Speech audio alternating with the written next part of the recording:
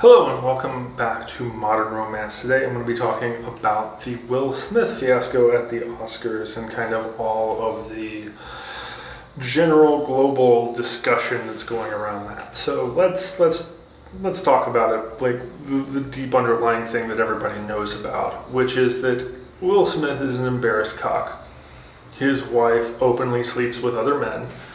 She had a television show, or maybe an internet television show, whatever, I'm not going to specifically because I never watched the damn thing, but I remember seeing a clip of it that somebody else had, of her bringing it on and talking about her being with other men in front of him and him being very emotional about it and almost breaking down into tears about how miserable it was and how it rocked him to his soul and to his core that he had to deal with that he was losing his marriage.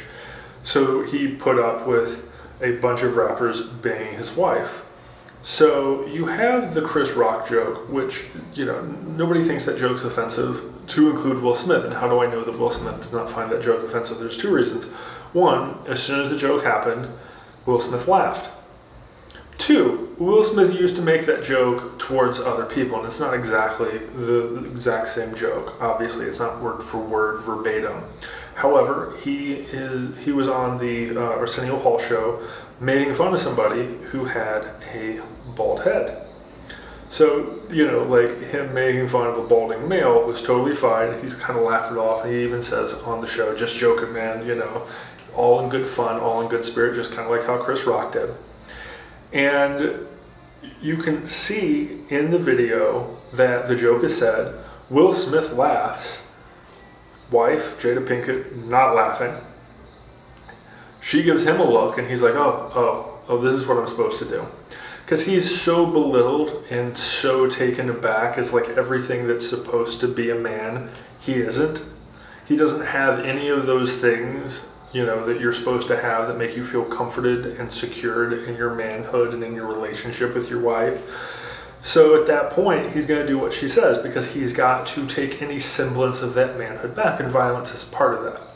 And I'm not one of those people who's there's never any reason for violence. I'm not one of those. There are things that if Chris Rock had said, I wouldn't, I think would have been appropriate for him to respond the way that he did. It's not that he slapped someone at the Academy Awards that I find offensive, though I do think that maybe if you were going to approach Chris Rock for something, assuming he said something far more offensive, that you do that after the show, you do that in a back alley somewhere, and you're just hey, just so you know, that's not acceptable.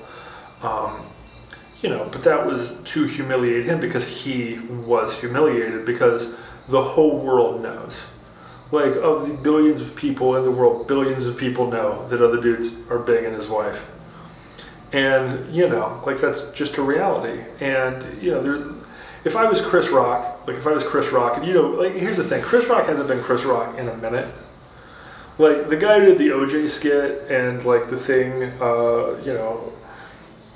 the original skit that The Office used, which, I'm not going to get canceled so early on for quoting, but the real Chris Rock, before he went Hollywood and kind of toned his act down and started doing which is funny. Also, just as a weird side note, the Chris Rock, his whole shtick now is talking about divorces and how fucked women are, how much women fuck men over, and that's okay because it comes from Chris Rock. That's the most toned down thing that he said in years, and we're okay, we'll give that to you. But if anybody else were to make those jokes, that wouldn't be allowed.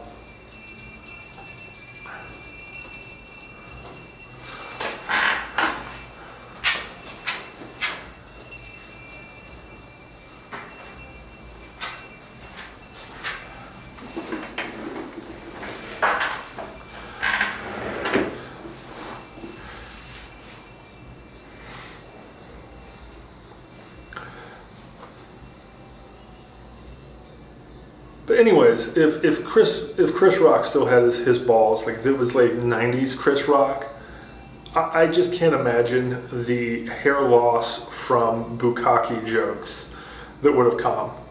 I mean that. I just, the only thing that I am upset about is that Chris Rock has not totally destroyed Will Smith.